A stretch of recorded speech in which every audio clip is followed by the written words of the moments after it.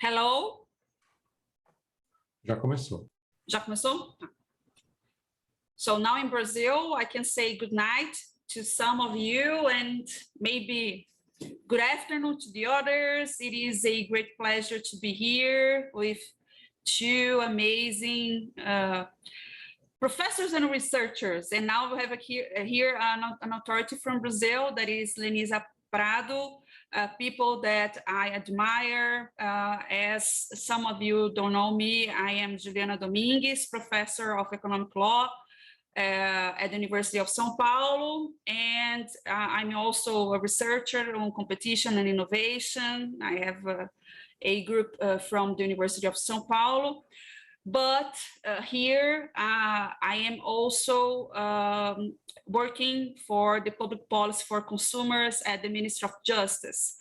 But I'm trying only to follow here the presentation of Lenisa, from Lenisa and Nicolo, and I'm gonna add in the end some questions and some of our public policies from Brazil related to this panel. And I am very happy to moderate this incredible panel, of course, for several reasons. I really admired here both of you, Nicolo and Lenisa, and because I am also very happy, to introduce you both. I think I don't need to add some information related to your CV, because most of the people that are following these presentations know you. But as I told Nicolo, I know from US and also from Ascola. Lenisa, I know from CADE and the work she's doing at CADE. So as we decide here, you are open to use your presentations. I think that Lenisa will start, right? Okay. So Lenisa, you have the floor and you can go ahead. Thank you for accepting this invitation from this group of researchers, and we would like to listen to your comments related to this panel. Thank you. Okay. Well, good night, everyone. First, I want to thank IBCI for this opportunity. It's a great honor to be here to talk a little about antitrust and the privacy questions. And I have to do a disclaimer that everything that I say and all the opinions that I will present tonight, they are personal opinions and do not represent CADE institutional grounds. So said that, I will share my presentation with you, and I will already apologize for any mistakes in English, and sometimes we get lost in the translation, but the idea, I think, will be presented after all.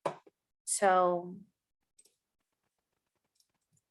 tonight, I will talk a little about antitrust, privacy, and consumption.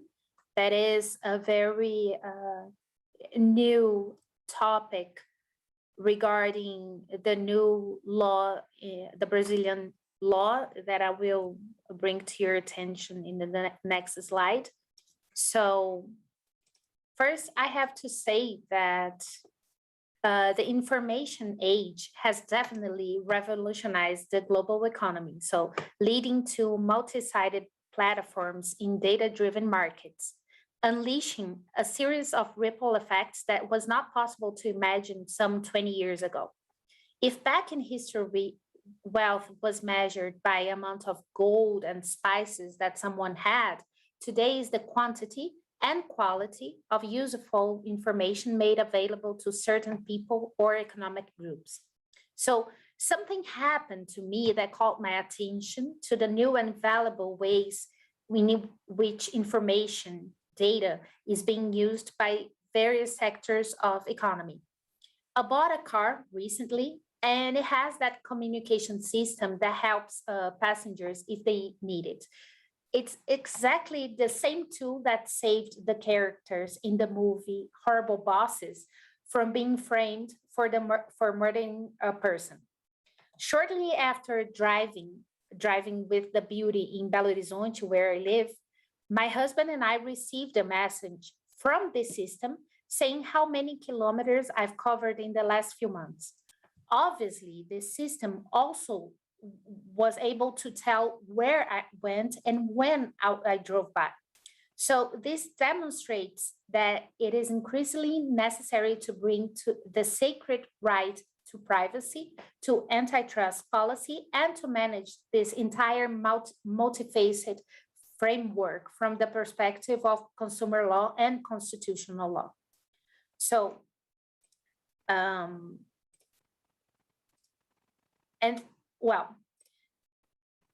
this is a very short list of all the agencies and all the people that is involved in the Brazilian administration with antitrust and privacy and consumer rights. So here in the top, I mentioned Senacom, that is where Ms. Juliana is head of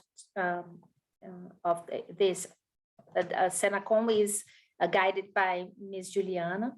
And we have all different other types of institutions that also have to deal with this dichotomy of antitrust and privacy. That is like Brazilian Central Bank, Anatel, that regulates the cell phones and telephone companies, and the SUSEP, that is regarding the security in Brazil. So we have different laws though, antitrust, in the brand new general data protection law. So this is a very short list of what we have to deal every day in Brazil. So what we have learned, well, the digital economy and privacy don't always go together. Even before the creation of the Brazilian general data protection law, CADE was already analyzing process that related to the issue of data use, as happened with the process in which Serasa Experience and Boa Vista were party. It was an associative contract for the acquisition and sharing of public records of notary offices and commercial boards.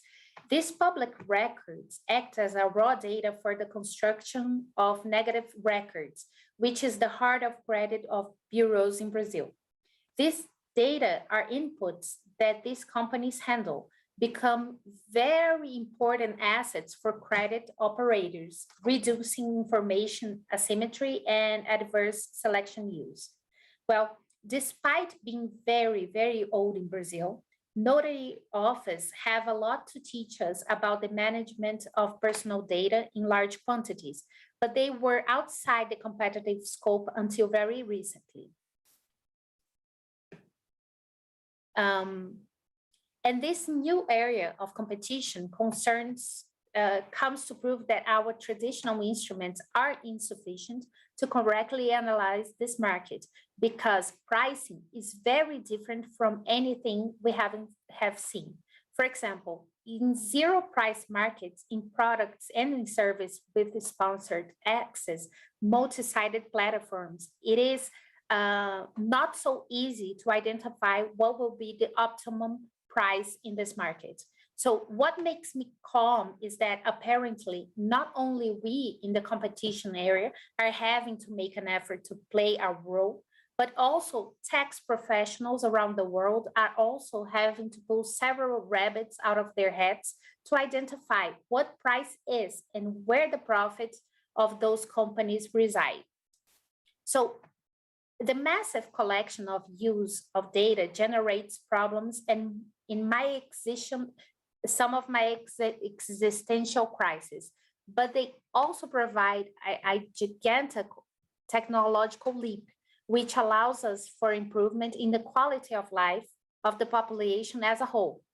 This became so much evident now after we need to make our children learn how to read and how to write through distance education. Google was very important in creating tools that allowed contact between teachers and students.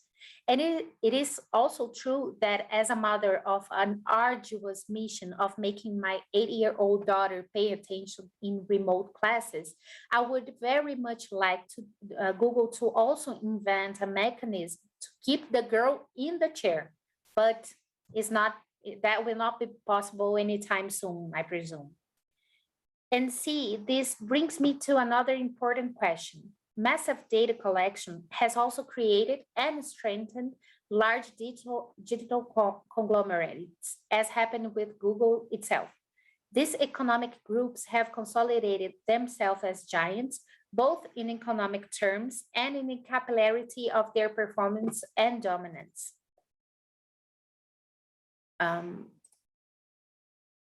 And these tech giants are even capable of inducing behaviors such as digital addictions.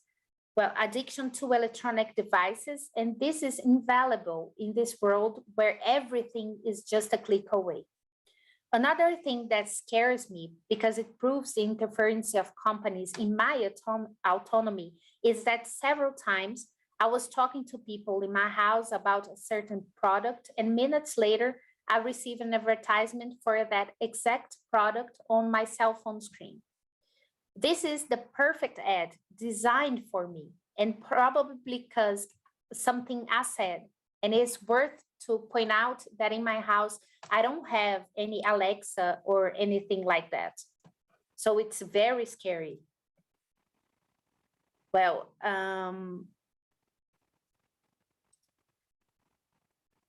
in addition to this frightening propaganda, the interference of big tech has actually affected democracy itself in the traditional models. It is worth remembering how significant the Cambridge Analytica scandal was in 2016 US elections, and even the election of President Bolsonaro here in Brazil.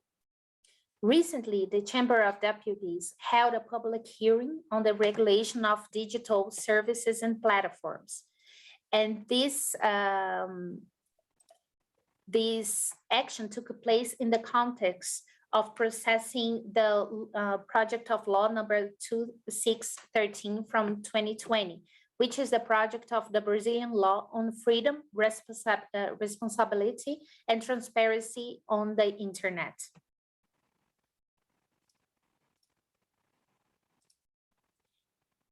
In the field of competitive competition, we have two approaches to face the problems arising from the performance of big techs. The first is in relation to conducts, as online platforms, algorithms, and artificial intelligences and machine learning can facilitate the practice of acts that infringe the economic order, such as consumer discrimination, tying abusive prices, cartels, cross-subsidies, subsidies, and others. In the second plane are the structural problems, which arise from the concentration of digital companies that generally deviate from traditional analysis criteria. They are often justified by imagined efficiencies and the argument that winner takes all, which would be an attempt to make up the situation as a natural monopoly in a deregulated market. Here, we assume the discussion on antitrust and democracy itself as was done back there on the origin of competition law in the legislative discussion that preceded the elaboration of the Sherman Act. The General Data Protection Law, together with the open financial system, also called open banking, created a complex arrangement between advertising and consumer data privacy, which generates a high expectation that there will be an increased competition in the banking sector and will facilitate portability and increase consumer information protection, lowering tax credit and others. But in implementation itself, it's proving to be very difficult. The likely impacts on competition from the validity of the General Data Protection Law range from the correction of failures in various markets in view of the existence of secretarial regulation that will be carried out by technical and specialized authority.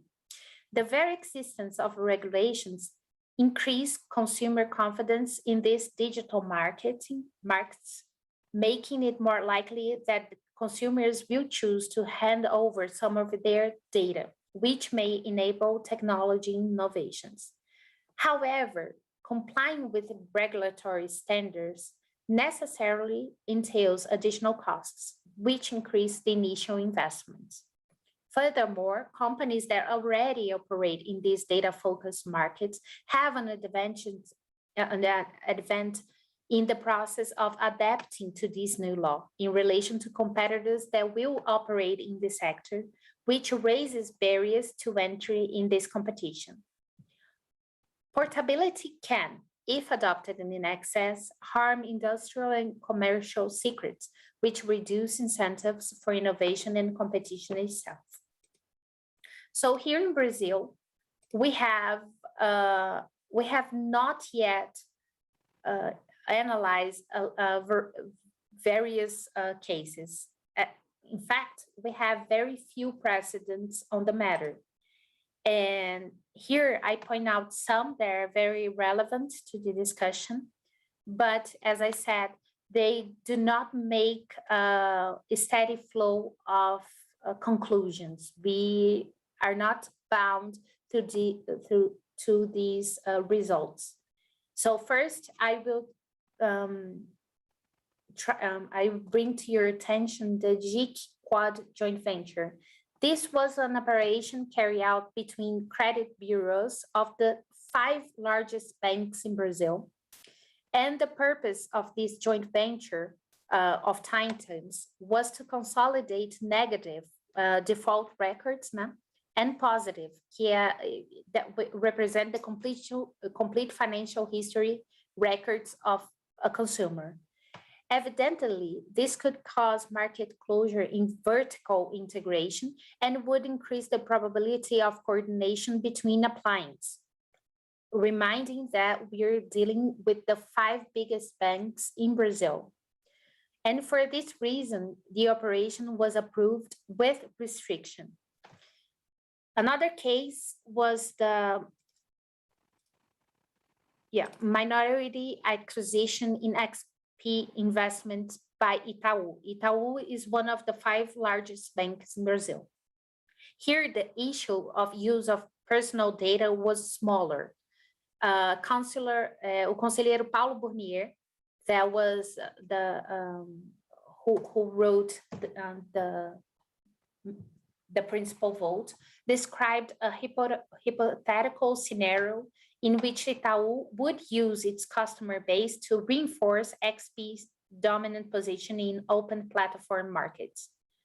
On the other hand, conselheiro João Paulo de Rezende and conselheira Cristiane Alckmin, they were in opposite direction from conselheiro Paulo Burnier.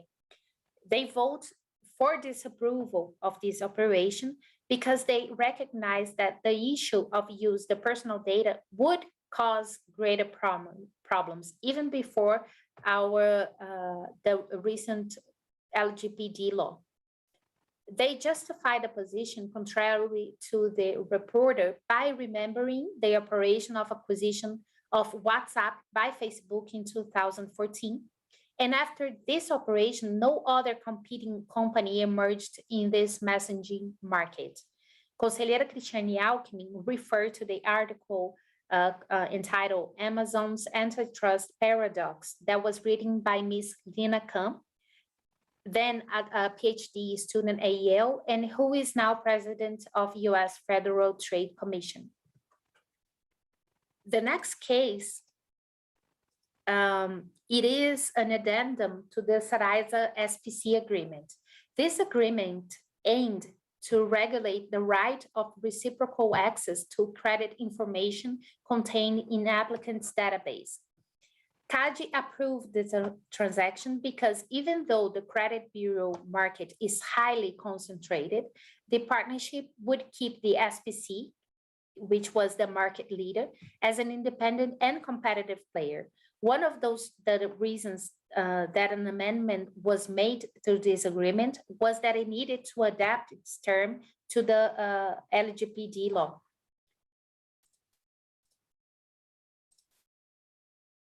Let me just bring back just another thing. Well, supply of data and joint development of technology between Prado and Serasa. In this case, Prado provides its users' data so that Serasa can use them as an input for the solutions in credit protection and fraud protection markets. Mr. Valdir, who is representing the Public Procurement Office, took the floor during the judgment to point out the importance of issues involving data transfer with competitive and regulatory, Anatel and Agência Nacional de Proteção de Dados, and even constitutional impact. Mr. Valdir was very assertive that this kind of negotiation between Serasa and Claro would jeopardize the protection of personal data of the consumers of Claro, because they didn't necessarily had to agree to, about this transference of data.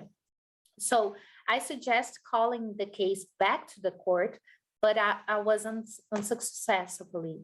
My suggestions stems from the lack of clarity about the object of this partnership, because it was not possible to identify which data was transferred, and there is also no information about the consent of Claro's customers for this data transfer.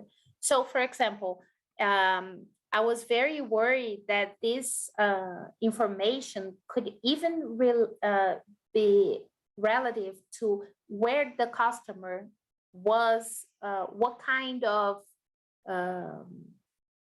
mailing list this customer is registered to. So there is a very random wide of possibilities that may inflict constitutional rights, in my opinion. So next case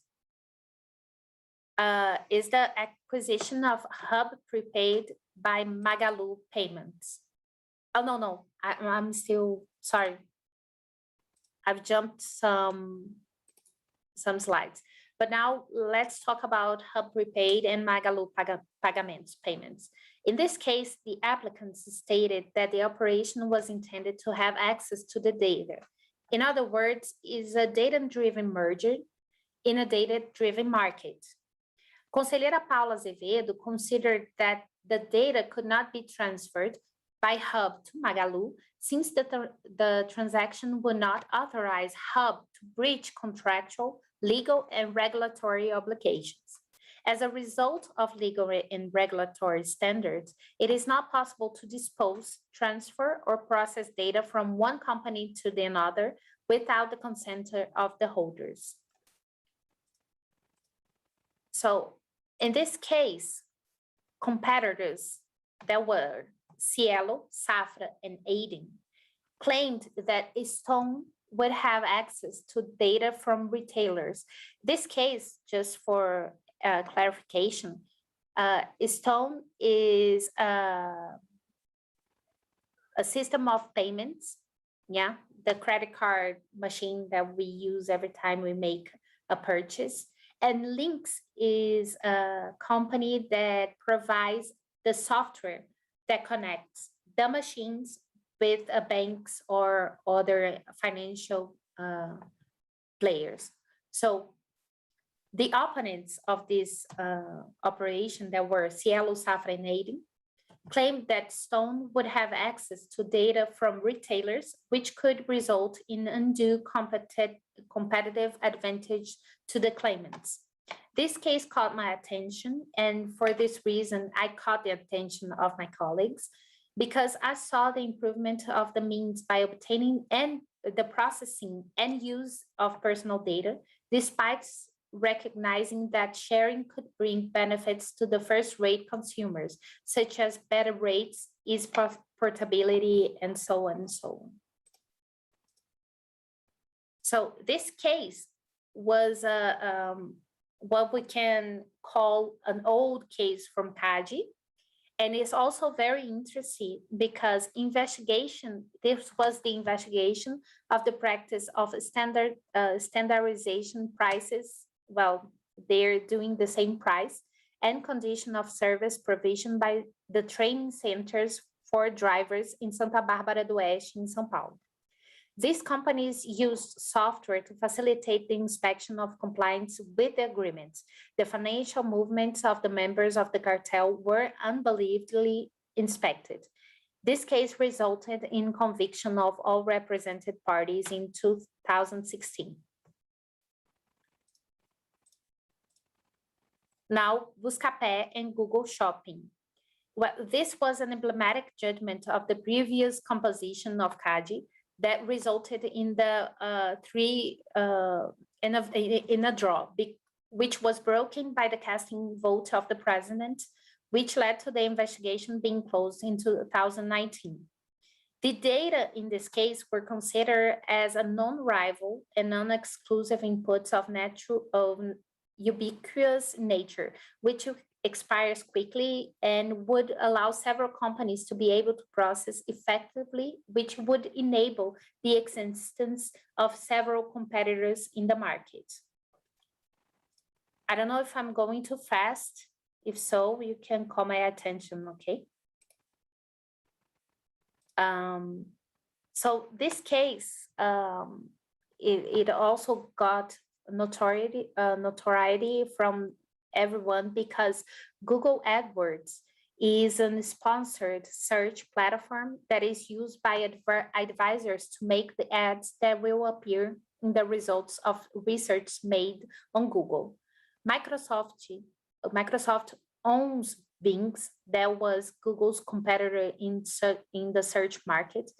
And it claims that the rival had updated the terms of contracts to prevent multi-homing, which is the possibility of an advisor serving its advertisement products on multiple digital platforms. Here, there was a discussion about the use of personal data, but it took a backseat because it was mentioned in a clause that did not refer directly to multi-homing. This investigation was shelved in 2019 because contractual provisions do not prevent cross-portability across platforms. So here, o Guia Bolso Finanças is an application designed to provide financial management mechanisms for your resources, optimizing the information available to users of banking service. It also works as a platform, as a marketplace for personal loan service, intermediating the relationship between banks and consumers. O Guia Bolso relies on user information controlled by banks to provide its financial management assistance services. Bradesco's customers were unable to directly enter their information on the platform because the financial institution applied an additional random password to access accounts held by it, preventing the exercise of the guide's activity. Bradesco signed a non-competing agreement with CADE, which closed the investigation. Here, this case was about CADE was consulted by the distributor on a new pricing policy with suggestions for maximum prices for fuel resale. Conselheira Paula Azevedo understood that this campaign does not generate competition concerns because it involves a suggestion of maximum and not minimum prices, and there is no resale price fixing. The parameters are individually suggested for each gas station, which reduce the risk of price uniformity. Mechanisms for monitoring the gas station adherence to the distributor's suggestions were not also foreseen. So there are not many forms of retaliation if its suggested price was not complied with. So in this case, although we have information about exchanging information about prices, that is a very, very dangerous ground for antitrust agency, although we didn't see any practical damage to the market in this case.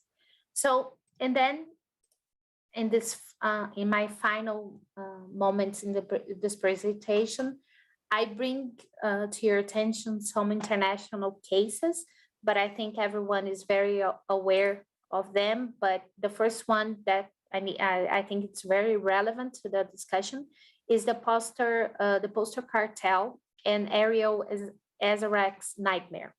Well, David Tompkins confessed that he created an algorithm to, together with other sellers, fix and increase the prices charged for the posters that were sold by Amazon. So we have a cartel on posters market, which I never believed it could happen. So it is one of the first known cases of collusion involving artificial intelligence. The next case is a German one, where the German Antitrust Authority was taken in February 2019. And in it, Facebook was prohibited from making the use of its social network conditional on the collection of data from Instagram, WhatsApp, and Facebook itself. It was prohibited to use data from websites visited by the user. The German Antitrust Authority recognized that the subject of data processing is not within its competency, but concluded that was necessary to intervene. So, as it found that the limits established by German law were exceeded, which happened because the dominant position of Facebook. There will be no usurpation of competence because German law does not expressly prohibit that law from being applied by antitrust other than the national data protection authorities. So I don't know if I made myself clear, but what we have in CADE now that we have to worry in the very near future is that we need to be very harmonious with other regulatory compliance, so we do not overstep our boundaries and do not overtake other agencies' ground of responsibility. So we have also to be very aware that this relation between privacy and advertising will be very common, and probably it will be a very complex thing to decide on the basis of a pre-established conclusion. I think we will have to be analyzing case by case. Of course, always remembering what we had done in the past, but making sure that we have the real situation under analysis and not a theory on the book. So another thing that I have very aware is that sometimes we will deal with a market that by nature will induce consumers to act in a certain way, but maybe this will be necessary and the core business of this market. So we have to make sure that our practices will be useful to analyze this kind of situation. And in this subject, I think we will have to review the process that we use as criteria for submission of merger filing to CADE, because we are dealing with markets that can be very fluid and have different dominance, but yet are very able to make damages that need to be prevented. So I don't know if I make myself clear. I don't know if I was very fast, but I'll be here for questioning, suggestions, and criticism, because we are here to do that. So thank you very much. Thank you, Lenisa. In fact, it was very clear, very rich, lots of information. Yeah. Congratulations. I think Thank everybody you. now can have an idea, and it is also an opportunity to show and to share the Brazilian experience. And thank you so much for this really rich presentation. Now we have Nicolo Zingales on the floor that will show a little bit for us here, because Nicolo in fact is a Italian based in Rio de Janeiro professor, right? But has a very rich experience on European cases and European researches. So that's why I know him. And Nicolo, please, I think you can share your presentation. And after that, I can give some lights from both presentations. I'm sure they will talk with one another. Yes, indeed. Thank you very much, Juliana. Thanks the IBCI for organizing this amazing event. So indeed, I did not collude with Lenisa on this, but I actually have remember that she is an authority. You can never collude. Yes, we cannot admit to collude, of course. But the point is mainly that I want to show also the analysis of the EU authorities, mainly the European Commission, in dealing with acquisitions involving data. And I will bring a little bit of my perspective, not only as an Italian. I will also manage to mention some case involving Italy, but also some reference to the UK framework, where I used to work. I used to work in the UK until 2019. And that is a country where there is a lot going on in terms of the interaction between data protection and competition. So I will share the slide here. Presentation mode. Okay. So we have by now figured out, sorry, quite well that data is an important asset for competition, but for the economy more generally.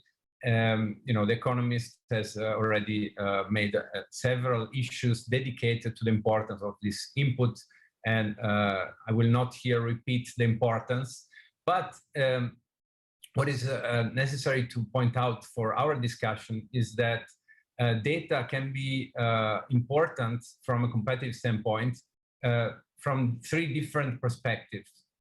So first of all, it can be necessary input for building and training an algorithm, and so build a system of artificial intelligence. Secondly, it can be used to improve the production distribution process of a firm by knowing what has been the performance of that firm in the past and what can be improved. And so this has nothing to do in principle with personal data. What we are focusing on here is this third perspective, which is that data is an asset that can be used to target very specifically individuals. And in doing that, of course, there is a tension with data protection law, or at least a possible tension. And the question arises as to how competition authorities should be dealing with these tensions. And what is their approach to recognizing the competitive effect of a possible violation of data protection law? So that's where the debate between purists and integrationalists comes in.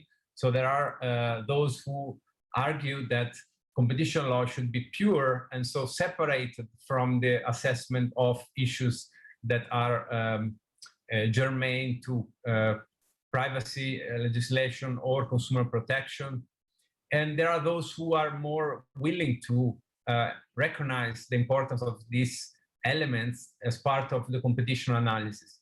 But even within the camp of integrationists, there are those who would basically say that once we have established that there is a violation of the non-antitrust provisions, so let's say data protection law, then automatically by this, we can argue that the firm is taking advantage of a non-compliance with that law, and therefore it's deriving a competitive advantage, which can potentially lead to an antitrust harm. So that is the hard integrationist. The more soft approach to integration is to recognize that it really depends on the circumstances of the case and whether the firms are competing on the dimension of privacy that was subject to the violation. And so here, the approach of different competition authorities around the world may differ depending also on what the institutional framework is. And in that respect, I think it's important to mention that the European Union, as well as Brazil, but privacy and data protection are fundamental rights. And so, for example, in the European Union, the institutions, including the European Commission, are bindingly subject to these provisions. So they must respect privacy and data protection when they are, for example, imposing a remedy or doing an investigation.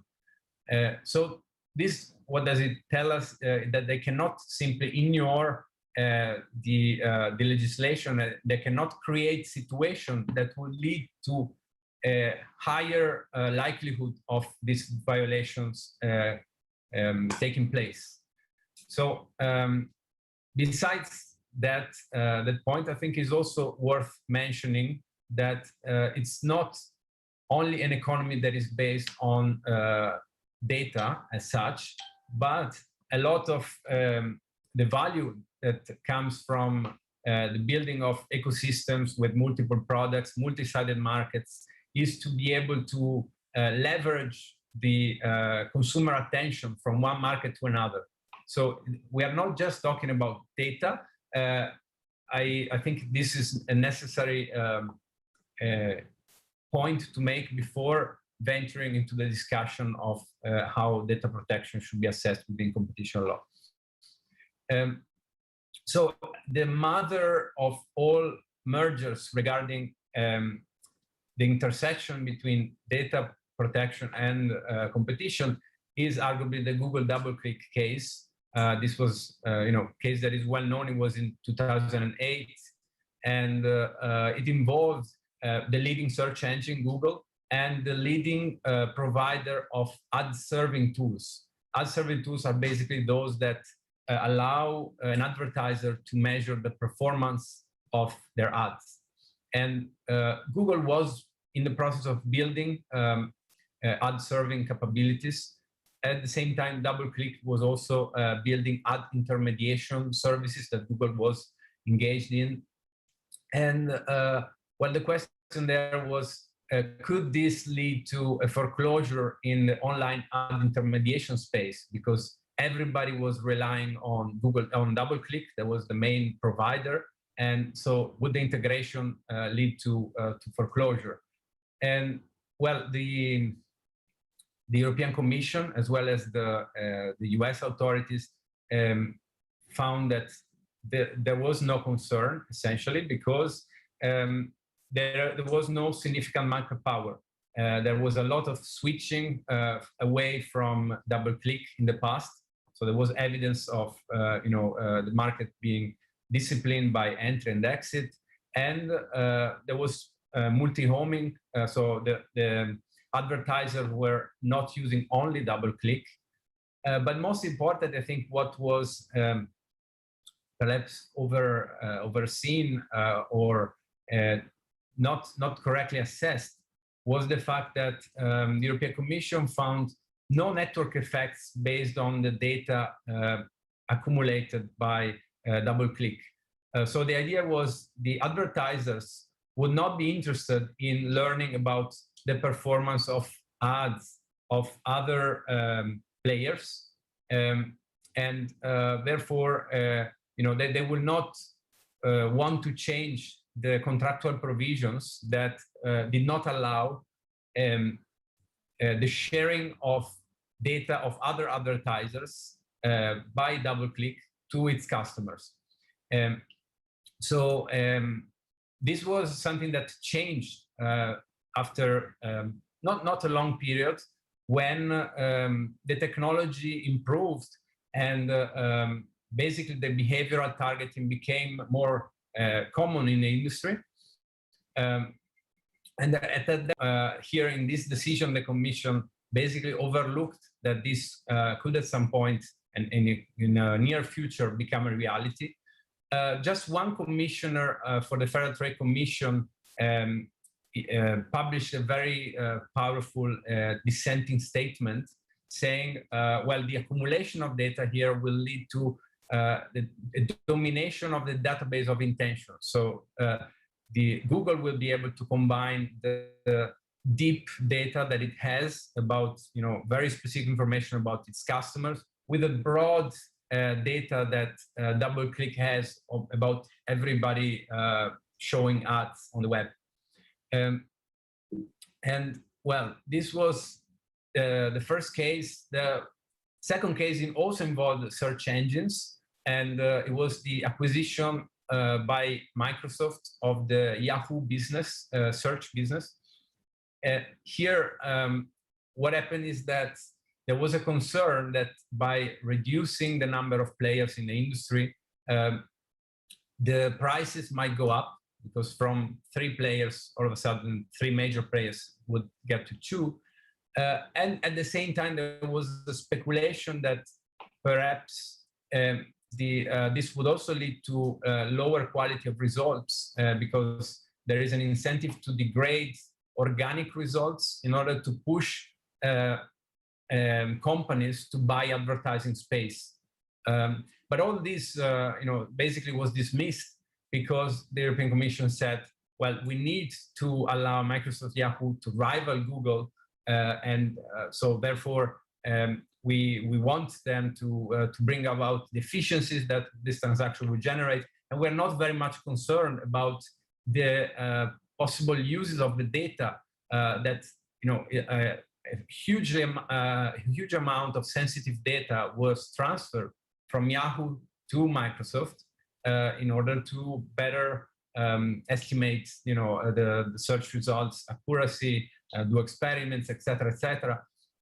But important, the Commission said the privacy issues are not a concern for us. Now we'll see that throughout the years the position has changed. The Commission now is willing to look a little bit more into at least the potential use of data. This was still not the case in 2014 when Facebook acquired WhatsApp.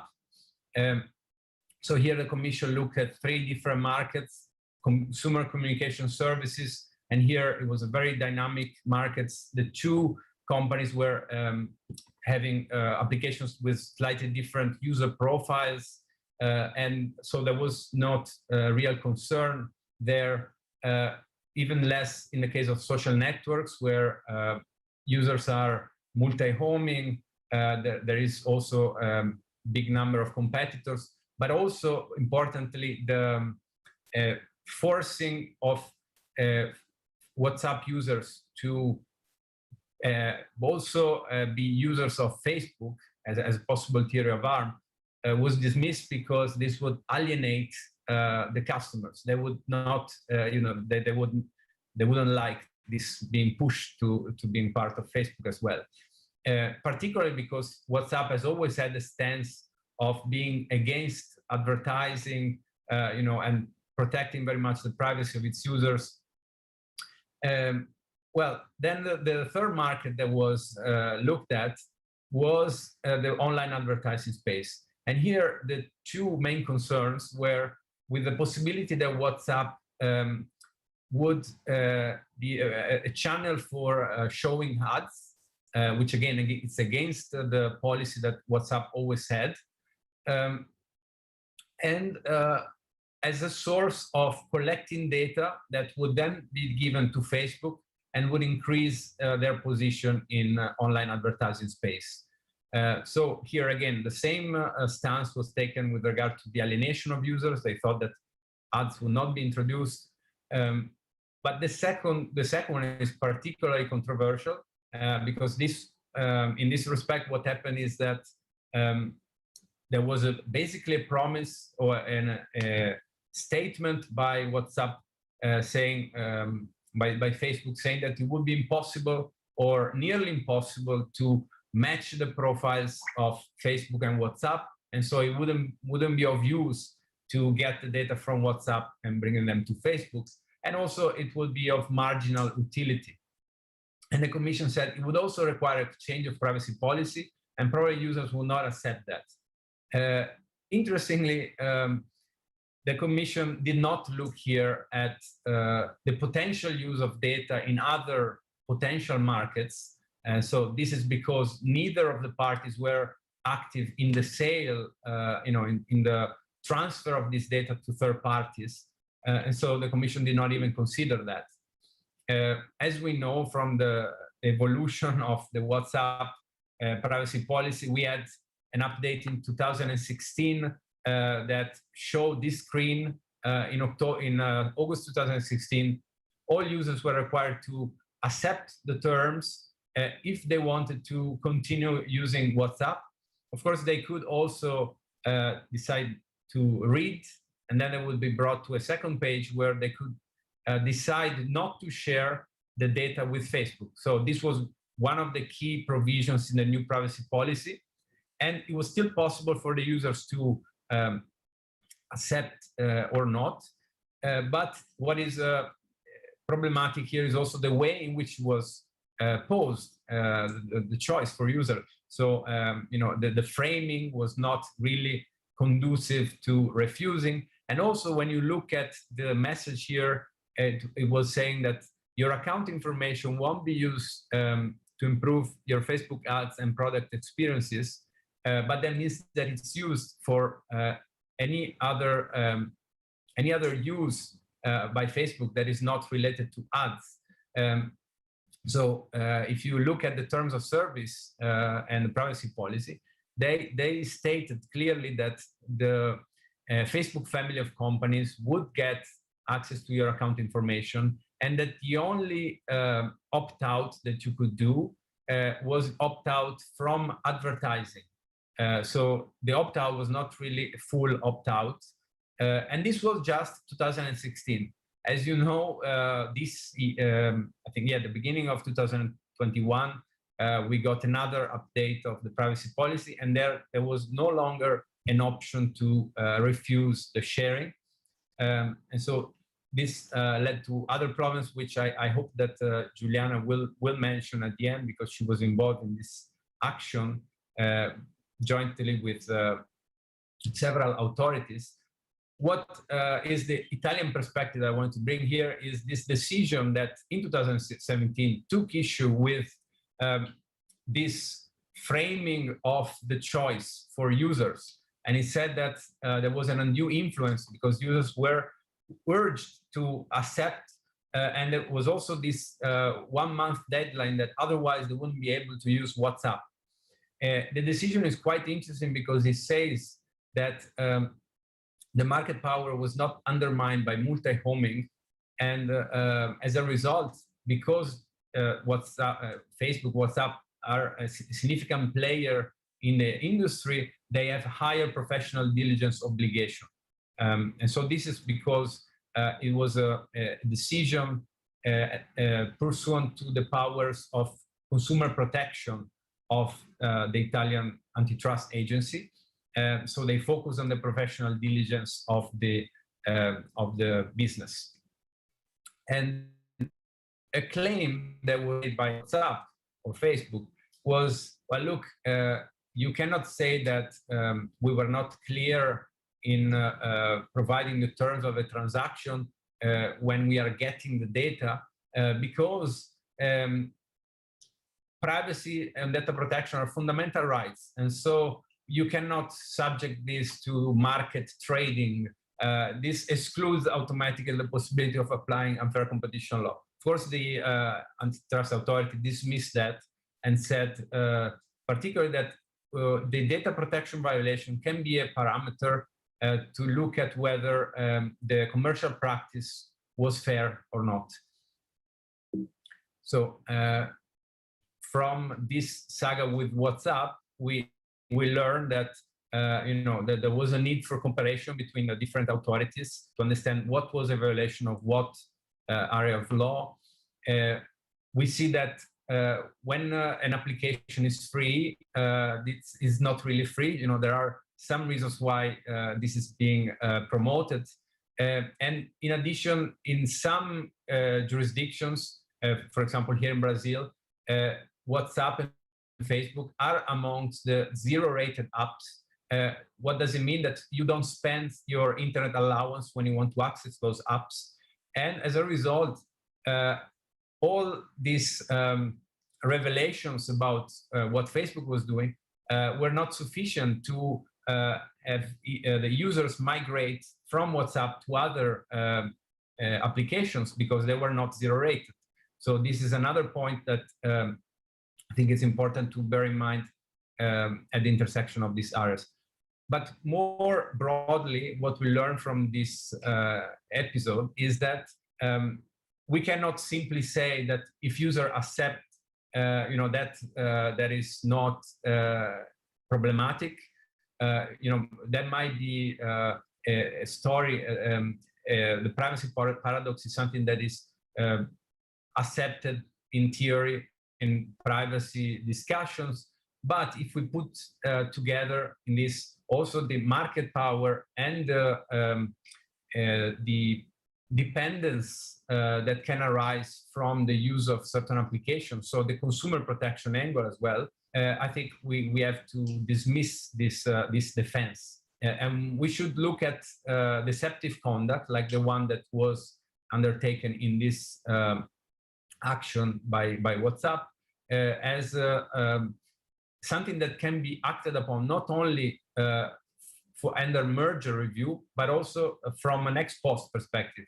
If there was an abuse in the sense of constructing the choice that was not really free, this can have a bearing on antitrust enforcement. And we see this in the Bundeskartellamt case. Very briefly, there are a couple of other cases which are relevant. So Microsoft LinkedIn is another case that teaches us that the European Commission is doing more now, is looking into also the potential use of data, even if the parties are not actually selling this data.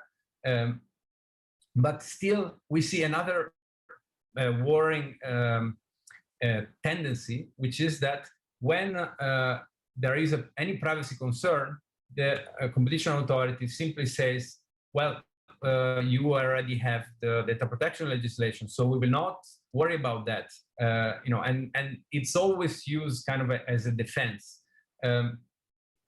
So on the other hand, they took action here in Microsoft LinkedIn, requiring interoperability over the use of Microsoft products. So Microsoft product cannot integrate exclusively with LinkedIn, need to be open to other social networks, precisely because they thought that this could lead to more privacy-preserving professional social networks. So there is a concern for privacy. It's just not, the core element that is used to decide whether an action is legal or not. Apple Shazam was also a very good case. Here, the main concern related to data was that the data from the use of Shazam, which is this music recognition app, can give strategic information to Apple about which other apps are available on the phone of the user, and perhaps target the user who is already on other streaming services with some personalized advertising. Here, the Commission essentially said, yes, there is a lot of power in terms of data that you can get from Shazam, but this does not lead to actually market power itself. And Apple has promised that they will change the privacy policy of Shazam to not allow the sharing of data about its customers' profile. So here, the Commission dismissed the case. Then we have a couple of cases on Google's entry into the healthcare market. And well, briefly, Google, indeed, the first case versus Sanofi, simply we see the repetition of the same defense. So there is already GDPR. Yes, Google might integrate and might be difficult for others to get access to the rich healthcare observations that are developed within the Google joint venture, but there is always the right to data portability. So everybody can then transfer, every user can transfer to other services. The problem is, of course, how effective is the enforcement of the data portability, and so this will potentially still leave us with some problems. And then probably the most important case at the intersection of this area is Google Fitbit. So here, the concern was mainly that Google could use Fitbit data to increase its power in online advertising. And so the Commission ordered a commitment that this data cannot be used for advertising purposes. However, it does not prevent Google from doing all sorts of internal uses and calculation with this data. And secondly, they found also some vertical that had to do with the possibility that Google, again, would deny interoperability or restrict access to competing providers to the API of Fitbit that is used by many applications to get granular data about its user, for example, Strava application. And here again, the Commission imposed an interoperability mandate and a duty to not pre-install the Fitbit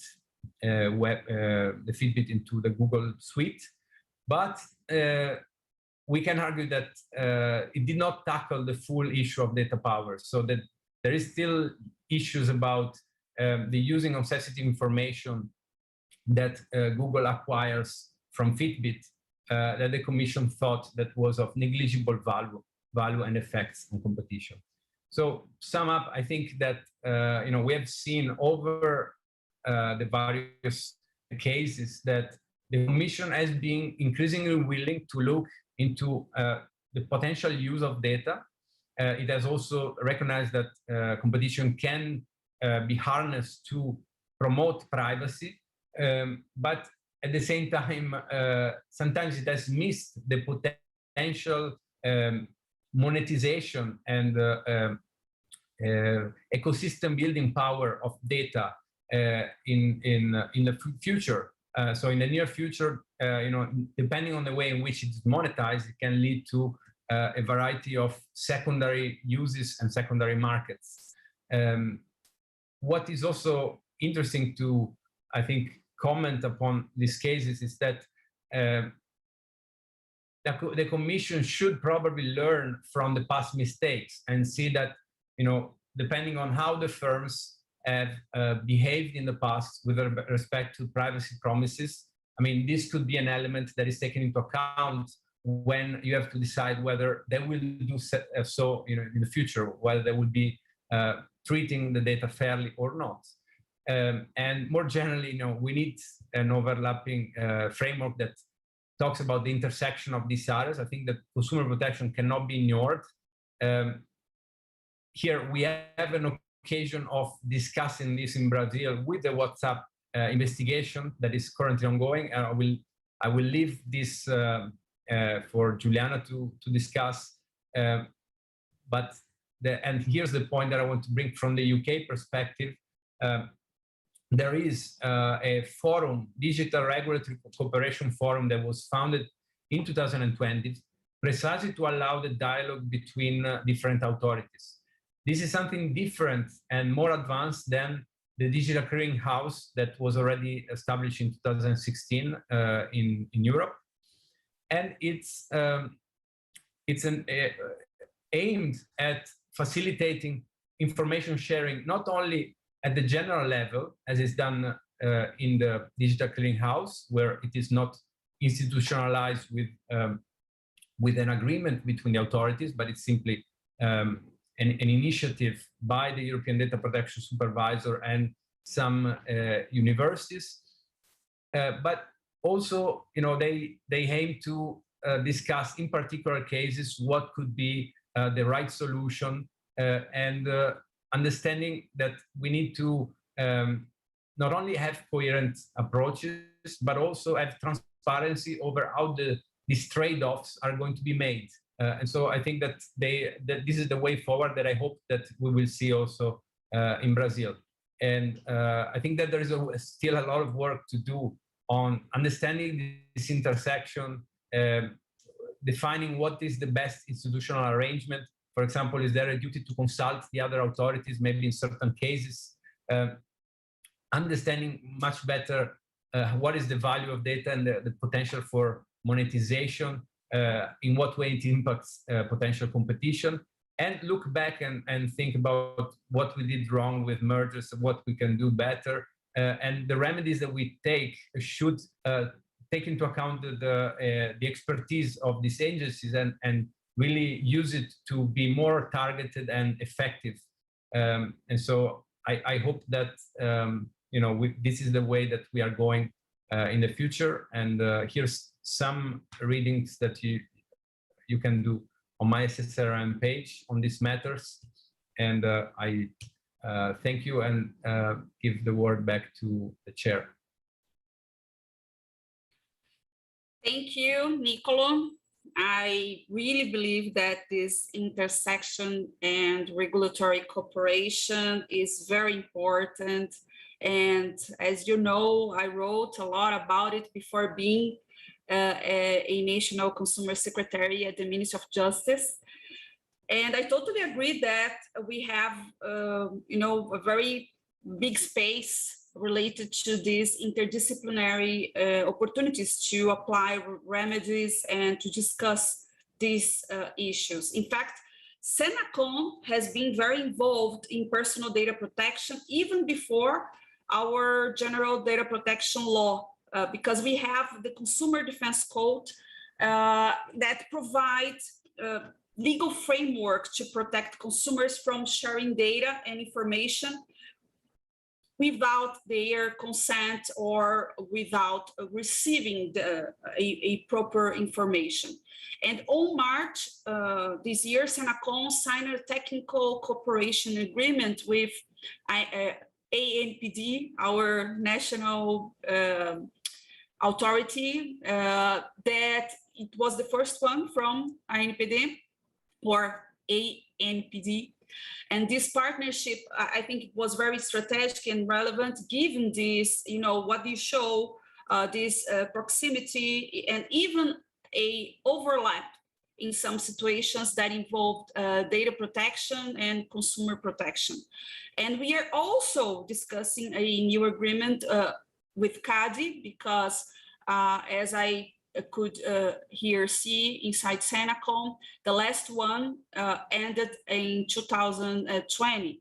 And I think it is essential to, build effective protection. And it's not only the pillar of consumer protection. We have data protection and also competition. And I was always believing that cooperation will facilitate the development of our public policies and also reduce the risk of a completely different understanding, which could create, and is very common in Brazil, these gaps and create a legal uncertainty. And the WhatsApp case was a very successful example of joint action. Senacom, ANPD, the Federal Prosecution Service, and CADE that you mentioned. But I would like to add that we also have in Brazil, since I start as a secretary, and I am the president of this National Consumer Defense Council. Yes, it is coordinated by Senacom, but brings together stakeholders from the consumer sector, from different areas. And we have companies, and we have regulatory bodies, and we have the National Consumer Protection System that in Brazil is very different because we have the PROCONs, the state authorities, and of course, it's totally different from what we have around the world, but we also have academics and CADE. CADE is always with us. And this year we had some important delivers, a data protection guide with basic information for consumers about their rights, and the results of a survey carried out by my team that analyze the systems managed by Senacom. We have SINDEC, is a system that we can, see the data from the cities from Brazil that they have this consumer authority that we call here PROCON. And we also have consumidor.gov.br that is also a very important system that gives us, a picture from the problems that we have. And as a professor, of course, I also promote at Senacom education and prevention campaigns. The consumers, in my opinion, they must know perfectly which data is being treated and the purpose of the intention of, and in addition, having the option of deleting unnecessary or excessive data. The campaign, the last campaign was entitled Protect Your Data, Don't Share. We launched this semester, 2 months ago, and this campaign was created to increase consumers' awareness of the risks of sharing their personal data and banking data. And one of the main ways, in my opinion, to fight abuse is to invest in consumer empowerment. They need to understand the implications of sharing data, but we also have a gap in Brazil related to the importance of competition. Last time, I don't remember if you were there, but the last Escola meeting that was in Aix-en-Provence, I was with Kovacic, and I was sharing that 2% of the universities, they have competition law. It means that the lawyers, in majority, they don't know competition law. They know about consumer law, but not competition law. And of course, Senacom here, of course, we are giving attention to some cases related to data protection. This year, for example, we had 5 convictions against financial institutions involving sharing of data. But we have more, this year, more than 50 investigations related to data collection from consumers without permission. But my only and final question to you and to Lenisa is, do you think that it is possible to promote a more effective cooperation among the authorities here in Brazil? Because now Nicolo is living here, right? You have all your experience from the European side, but now you're living here in Brazil. And especially considering the best practices and also this experience, for the European experience, the US experience that was showed here, what do you believe will be the best strategy and a more effective cooperation? And how can we fill this gap related to the lack of competition culture that we have even inside our universities? Thank you so much for your presentations.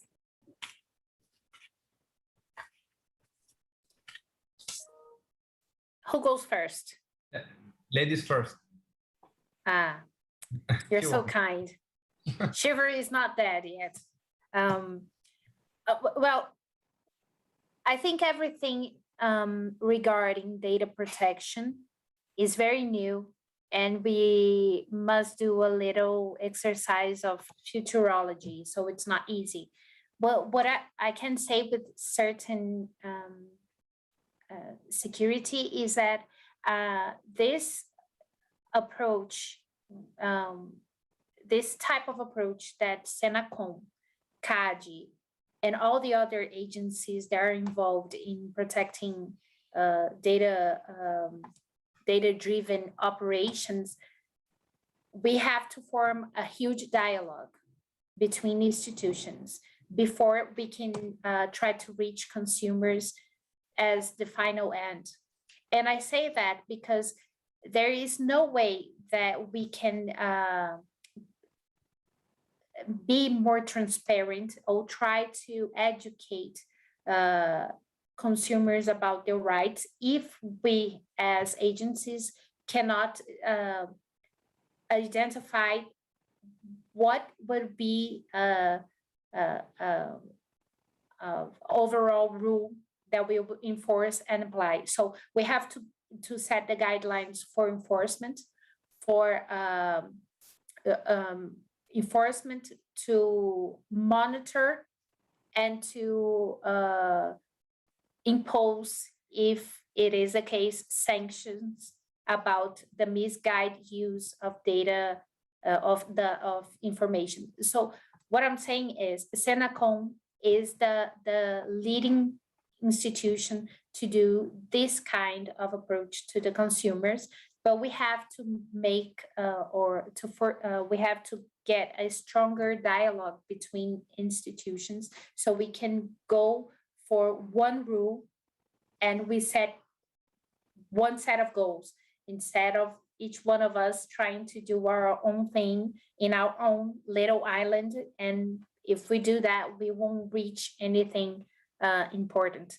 And I think Senacom has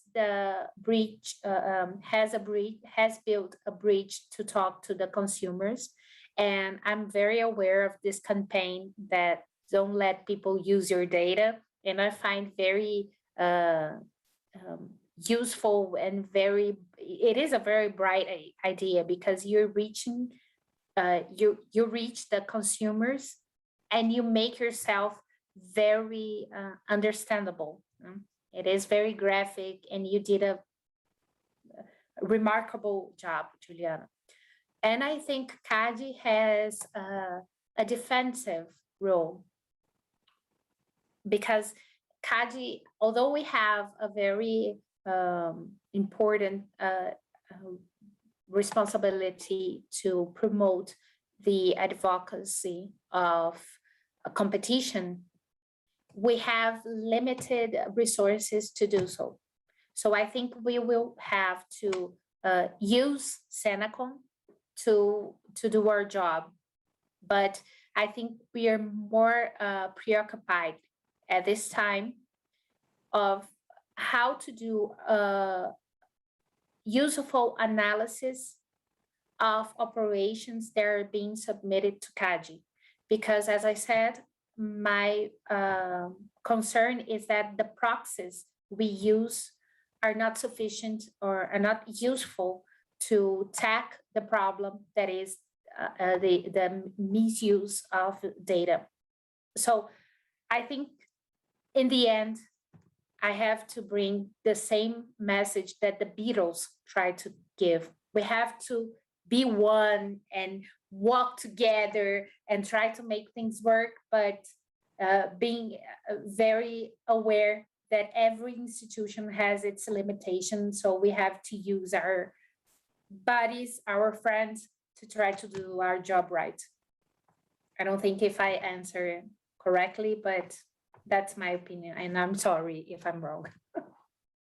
Fantastic. I wish we could end with that, but I have another couple of comments. So I think that we are going in the right direction with these agreements that are being signed, but I think we should look at these examples like the United Kingdom, where they established, a regulatory forum, which involves, by the way, not only the Competition Data Protection Authority, but also the Communication Authority, and now the Energy Regulator. Then you can imagine the bank, financial authority, especially when it comes to open banking, these things that are intersecting several areas.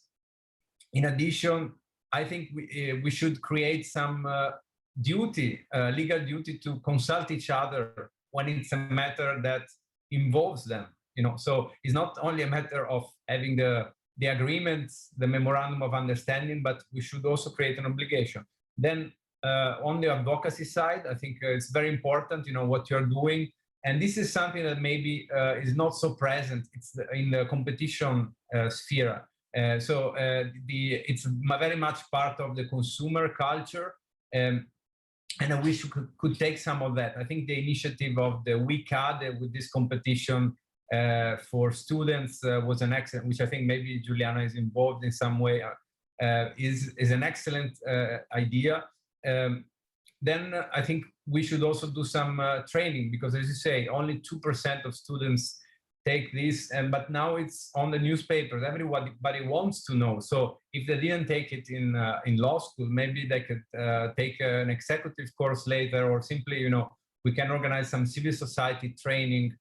And I think civil society also needs to be more active when it comes to recognizing the issue and bringing the cases. And so maybe some strategic litigation, an organization like an NGO that helps figure out when consumers should, file an action, maybe at the intersection of these three areas is very promising. And I want to close with a point that was made by the European Data Protection Supervisor in the Apple Shazam case, because they said when it comes to mergers involving technology companies, this can lead to the accumulation of informational power, and it can have detrimental consequences on digital rights, including consumer protection and data protection. So they think that the long-term impact of these mergers should be also judged on the impact on these rights. So the idea that we should do an impact assessment whenever a case involves, the treating of consumer data and there is a possible data protection issue or a possible consumer protection issue. This should be done in competition law, or could be done at least.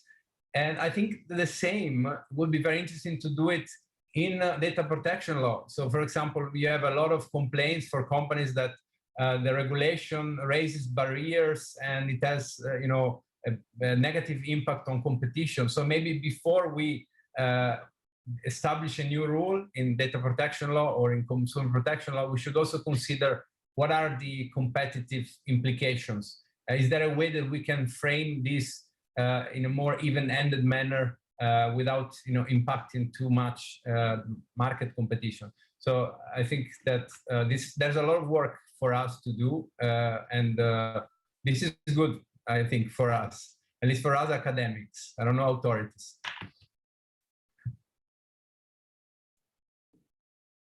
Thank you both for your considerations. I think that maybe this discussion would go for more than 1 hour, but unfortunately we are, on more than 15 minutes ahead to end this panel, but I would like to thank you both for these presentations. The presentations were very good. And I think my students here, they are very happy about this discussion and also the cases and examples. So if you can share, of course, we are going to share it. But thank you so much for giving us, not only great presentations, but also great inputs and great, examples that we can also go ahead and try to making a better bridge between competition, innovation, data protection, and consumer protection. Thank you, Lenisa. Thank you, Nicolo. It was also a pleasure to share this panel with you both. And if you're gonna say some words, we can, after that, end this. I'm gonna end now. One more time, I need to thank you for this opportunity. It was a very nice, it was a pleasure to meet you, Nicolo. And of course, if we, I think we need another hour to talk about this, this topic, but more importantly, I put myself available for any discussions, and if you have anything to debate, any suggestions, any criticism, I'm very open. So I'm here to tackle it all, but I'm very sure that we are in the right way because we have one goal, and this goal is very important, not only now, but mostly in the future. So I think we're getting the job done. Thank you again, both. It was a pleasure to meet you, Lenisa, and I will read carefully the cases. I'm still building my capacity on the Brazilian front, so I'm catching up, and it would be very interesting to learn all those cases. And well, I'm sure that the dialogue will continue. It was a pleasure. Thank you very much. Thank you both. Bye-bye.